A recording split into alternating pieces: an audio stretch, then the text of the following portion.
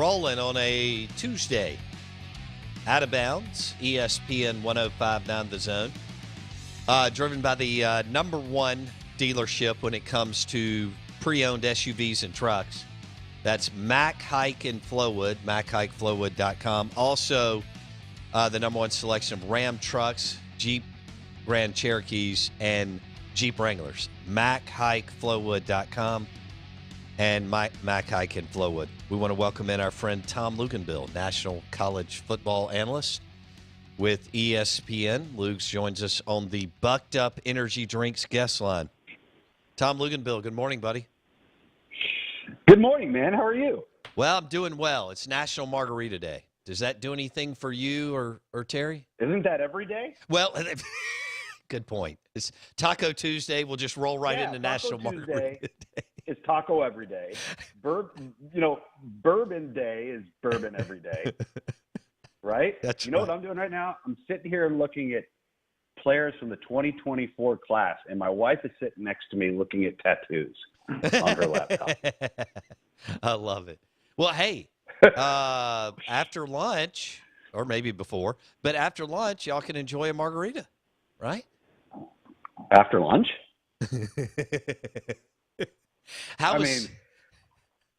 That's the beauty of the radio medium. There's no visual. You don't know what I'm doing. Oh, dude, I can't tell you how many times we poured a drink. Well, of course, we have all kinds of chefs and cooking people in here, and the drink. We've got a full bar. The drinks start flowing when that happens. So, hey, look, Tito's is a major sponsor, so we also do the Tito's Rita, which is not a bad play either. Okay? My wife's favorite too. Yeah. Oh, speaking of, I've got something that I gotta send you. Okay. Yeah, I got something. Tito's sent us some fun gear, I guess. And there we go. That's awesome. Thank you. well, and you know how some companies just nail the merch and the gear. Oh yeah, totally. And we have great companies that do that, but Tito's is 0.01% when it comes to the merch and gear. I mean, their stuff is just it's awesome. So I've got something for you that I think you'll enjoy on the boat this spring and summer. How about that? That sounds good. And I appreciate it always. And we landed a new bourbon. So, we've been with, really? Yeah, and Four Roses is great. It wasn't any kind of, bad breakup or anything. Great 7-8 year run. Wonderful, wonderful people. We've been up to, Louisville and Lexington and all that. But we landed Russell's Reserve, which is the premium line of Wild Turkey. Yes, I know exactly what it is. Okay, and we'll make sure that we get you some of that, because a little Russell's Reserve and a cigar makes the afternoon, even better. So that's when you contemplate all of our first world problems. That's exactly right. Hey, I got to tell you this real quick before we get into whatever, hardcore sports and football and whatnot. Yeah. So a few weeks ago, I thought about you. Rocky Patel Premium Cigars, great cigar line. He came in to Starkville, Mississippi. They opened this beautiful cigar club, cigar shop, 2 stories, exposed brick, beams, all that stuff. And there's already one in Tupelo and Oxford and a couple of them right outside of Memphis, same ownership group. And so for their grand opening, Rocky Patel flew in, and I got to interview him. And he's a star. He's an icon in the cigar industry. So it was a lot of fun for me. I nerded out. I was smoking a cigar, and it wasn't during our 7 to 10 a.m. time, so it was kind of nice. It was just podcast format on a Saturday. More relaxed. More relaxed, which I actually want to do that with you once or twice in the off season. But Blake set everything up. We set everything up in the cigar club, and we both lit a cigar and poured some Russell's Reserve and just shot the bull for 30 minutes, and it was so much fun.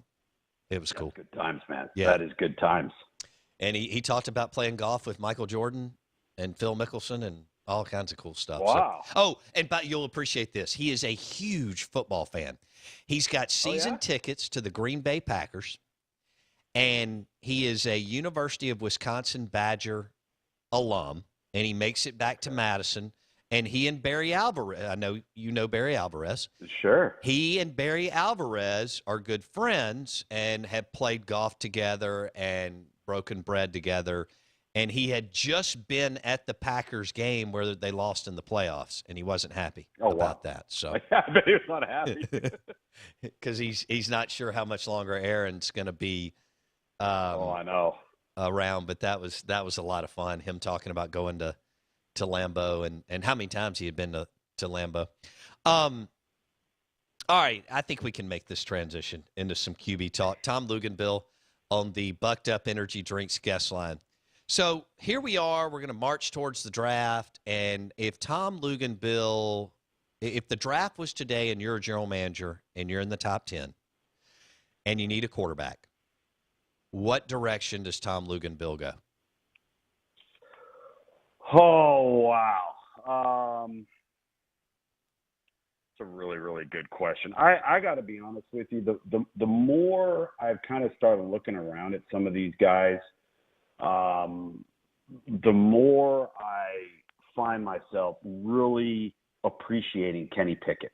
I'm not saying that's the guy that I would take first, but I think that, and I go back to a statement that Bill Parcells used to make. Now, this was back in the days when guys redshirted and then they played for 4 years, all right? And he used to make a statement. He'd say, I want a guy with at least a 2-to-1 touchdown-to-interception ratio, at least a 63% completion percentage. All right, now, again, this was before the spread and all the dink and dunk, the guys, completing 72% of their passes, but everything's behind the line of scrimmage. This is back in your traditional style days. But he said, I want a guy that's been at least a 3-year starter, which means you probably played through to your senior year. And I just think that with the time that Kenny Pickett has spent in college football, the amount of snaps that he has taken, the variety of coaching, he's had a lot of different quarterback coaches, quite a few different coordinators, and he's played so many snaps that I seem to be placing more and more value in that, because I'm also looking at it from a perspective of, all right, who's going to be maybe ready to hit the ground running, right? There's a difference between a guy that's been playing college football for 6 years versus a guy that's been playing for 3, all right?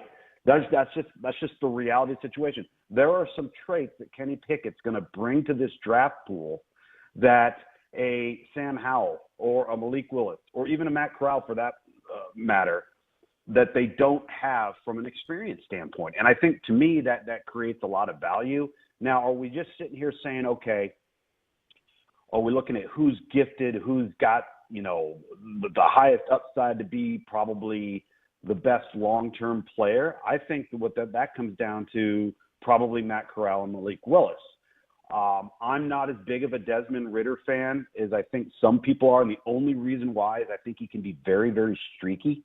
I've seen him 2 or 3 times now in person, and there are times where you look at him for 2 or 3 series and you're like, wow.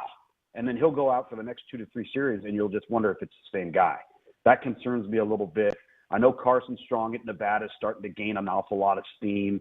Sam Howell's a guy that everybody likes and loves, and I get it, and I see why. But I also kind of feel like he's the same guy as a junior that he was as a freshman. Oh. Now, to his credit, Bo, he might be pound for pound one of the toughest players in this draft pool, because if you watch North Carolina over the last 2 years, particularly last year, he got the ever-loving snot beat out of him. So I have a lot of respect for his mental toughness and competitive temperament. I just don't know how high his long-term upside is. Okay.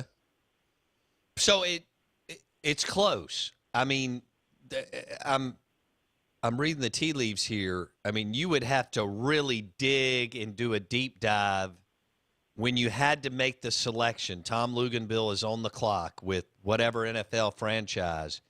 It would be within a whisker of Kenny Pickett, Matt Corral, is where you're going. Is that right? Yeah, I think so. And I also think, too, a lot of it has to do with what are you offensively, right? What are you willing to commit to? And you've heard me say this to you and your listeners before. I give Andy Reid just so much credit. Andy Reid realized that he had a college quarterback with an elite special skill set that was unique, and that if he was going to ask him to play in a West Coast offense or what have you, was he going to actually maximize what Patrick Mahomes brings to the table? And the answer is probably no. So what does he do? He completely deviates from everything he's known his entire coaching career. And I say this to this day, when you watch Kansas City, they look like a college team. I mean, if you didn't know you were watching an NFL game, they look like a college offense. So when you're looking at draft order and you're looking at the teams that are in the market for the quarterback, what are they offensively?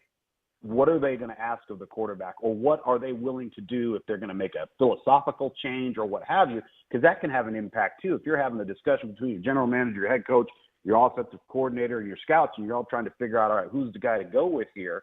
I think the one question you have to ask yourself is, who are we as an offense? Mm-hmm. And what is the best fit? Or if you're looking to make a change, you're looking to transition philosophically, that can have an impact too on who you'd possibly take. Okay. I can't wait. We're going, by the way, Luke's. Oh, are you? Yeah, Blake and I are going to Vegas.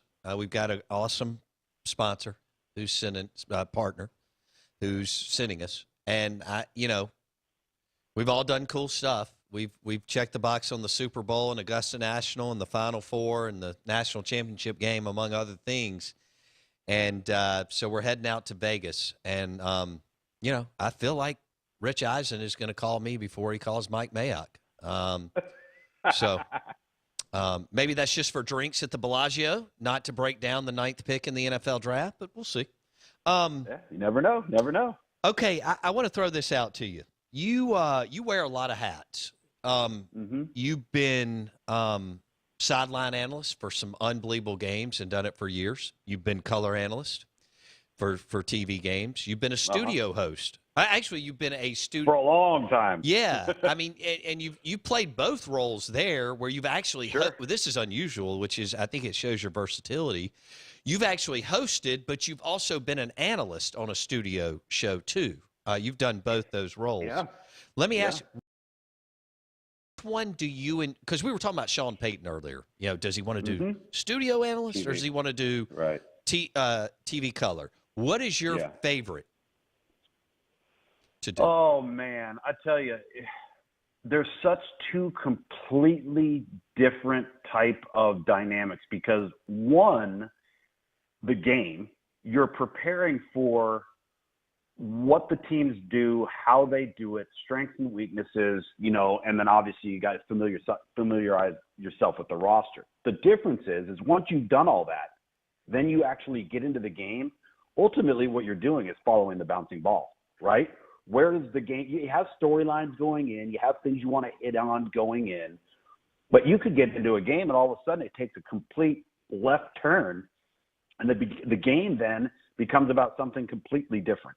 So I think the excitement of being in the arena, being in the stadium, the crowd noise, the atmosphere, and then the fact that you got to be on your toes because you're constantly reacting to what happens in front of you versus what is much more of a sterile and controlled environment on the studio side of things is everything's pretty much scripted down to the second. Okay. So you may find out that you're doing a half an hour show, which is ultimately probably 22 minutes of content. And you're going to know that in each block, they're called blocks. You have the A block, the B block, the C block, and those are the on-air content that air between the commercials. So let's just say if we're kicking off the show and we're in the A block and we have topics we're going to discuss, I may be with another analyst and I'll have 45 seconds to make my point. Maybe the next analyst will have another 20 to make his. And then in the next block, we'll alternate. I'll have a little bit less. He'll have a little bit more. And it's the producer's job to manage, okay, are we heavy, which means that we're not going to have enough time to get through all of this, or are we light? And they'll get in your ear and say, hey, you can rebut this if you want. We've got time. Those types of things. But it's so much more controlled and rarely changes once you go on air, whether it's live or taped. Whereas the game can take any type of turn. I got to be honest with you, one of the things that I probably loved doing the most is and I don't do much of it anymore because, quite honestly, we don't have a lot of studio programming anymore at ESPN for college football, especially when ESPNU went away. So, but what I liked doing is I loved doing the film room sessions that we would do with college coaches where Yeah. it would be me and a coach. I would serve as kind of the host slash analyst, which what I mean by that is I'd get us on air, get us in and out of breaks like a host would, but then I would also contribute with the coach on what it was we were breaking down and how we were doing it. And I've always enjoyed that. I've missed that an awful lot. It's been a long time since we've done it just because we just don't have the studio programming. It's kind of weird. I've always said to folks that we invest so much in college football when it comes to obviously games and atmosphere and the college football playoff and the bowl games and all of this stuff, but we don't have the studio programming to go along with it, which has always kind of been strange to me. In that film room session format that you're referencing, give me who was your favorite coach or one of your favorite coaches to hang out with and do the show with? Consistently back then, our coaching analysts for a little while, we had Gene Chizik. For a long time, we had Mike Bellotti. For a long time, we had Dan Hawkins. Then we would have other coaches just come in. Like, let's just say a guy got let go. We had Mike Stoops got let go by the University of Arizona. We had him come in a couple times, do some of those shows. And I've done them with Tommy Tuberville. I've done them with Mac Brown, of course.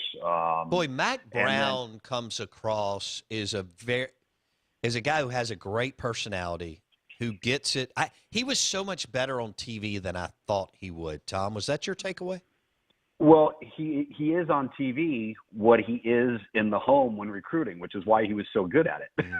Because it's very authentic and it's very personable, and he has a great way with people and a great way of relaying a message or speaking on just about any topic. And so, it's interesting because so many coaches, you get them in their environment and it's total paranoia and it's Yes. very guarded. It's very guarded. Then you get them in our environment and they're entirely different people.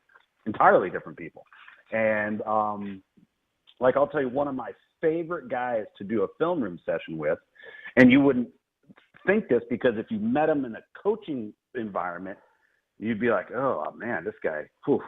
But Bill O'Brien, when he came in and did film room with us, he was lighthearted. He had a personality. He had a sense of humor. Interesting. Like it was something, that you don't see from the outside looking in when you're just looking at him from a coach's perspective. So, I always love those times when you're either on the road and you're meeting with coaches, or when we were doing studio TV and doing film room, or even our MegaCast film room that we would do for the national championship game, and we'd bring in Mac Brown, Mike Gundy. Mario Cristobal, Will Muschamp, and you put them all on the table at the same time. Yeah. Right. And you just, kind of flip the button and say, all right, let's go. And, the red light comes on and we go all live on air and you just sit back and watch them go. I want to have a beer with Mike Gundy. He's,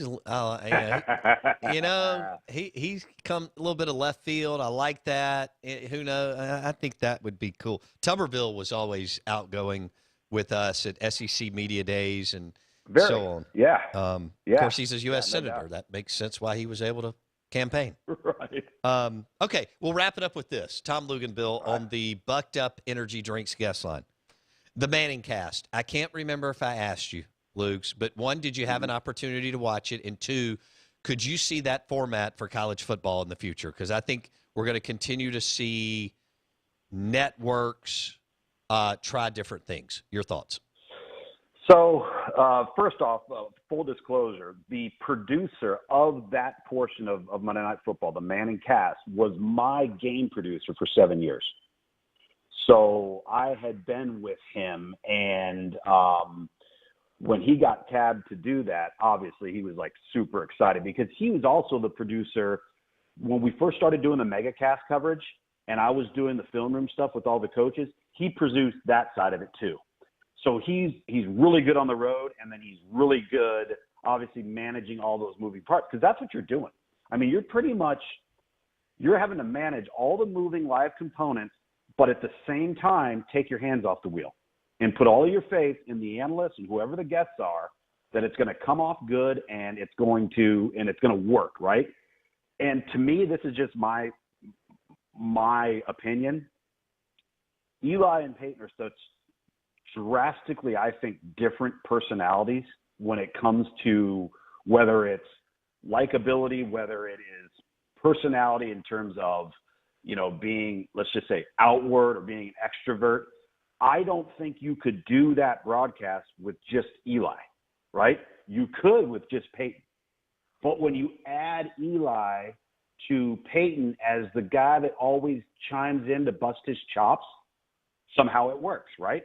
And I think there's an authenticity around that broadcast of guys just sitting around a bar and watching a game and the conversations that guys are actually having, right? Right. I mean, that's what they're talking about. That's what they're doing. That's what we would be doing if we weren't on air. So to answer your question, man, I would love it if we did something like that with college football. And, like ESPN or dislike ESPN, the one thing we have done is when it has come to broadcasting college football, we have been at the forefront of trying new things. No question. If you look at all the different variations of, the mega cast and all the different ways we look at it, and then doing spring football where we've got our analysts doing the officiating work during a spring football game. And, just like my role, I mean, I was a guinea pig for the field analyst thing. I was asked one year, I was on the high school package. They wanted to kind of see if it would work. And they just said, hey, can you go do Auburn at Arkansas at noon on ESPN2 after your high school game? Or can you go down and do Florida and so-and-so? And I would do it with a different crew all the time to see, number one, if it would work. Number two, could the guys, the males or females, whoever they were in the booth, could they do it? And we, after about a year or two of tinkering with it, they came to me and said, hey, we think we want to do this full time. Are you interested? And that's kind of how it came to be. I got you. So we've done that a lot in a lot of different ways. So I can't imagine that hasn't already been thought about from a college football perspective. We'll leave it there. Tom Luginbill on National Margarita Day, hanging out with us on the Bucked Up Energy Drinks guest line. I'm glad y'all had a good time skiing. And, yeah, man. We'll send you something in the mail that you'll enjoy for the boat, and enjoy a margarita later. Cool? I appreciate it, brother. Thank you, man. Have a good rest of your week. See you, dude. Tom Luginbill on the Out of Bounds Show, ESPN 105.9 The Zone, and he joined us on the Bucked Up Energy Drinks guest line. I thought that was cool, Blake. I love hearing from guys. What do you like better, studio host, color analyst, sideline analyst? That guy's worn a lot of hats. And I want to hang out with Mike Gundy, and so does Blake. That I could handle some Tito's Ritas or, a couple of Modelo's and Mike Gundy telling stories. I'm good with that. All right, Larry the Cable Guy, 2 tickets we're giving away. 2 complimentary tickets, one night at the Golden Moon Casino, 2 rounds of golf to Dancing Rabbit Golf Club. You've still got time. Jump in. Show us that you've downloaded the Out of Bounds radio app or you've subscribed to our podcast on Apple Podcasts or Spotify or Google Play or whatever. And we would love for you to hit the podcast in the next few hours. Thanks for listening to the Out of Bounds Show on ESPN 105.9 The Zone.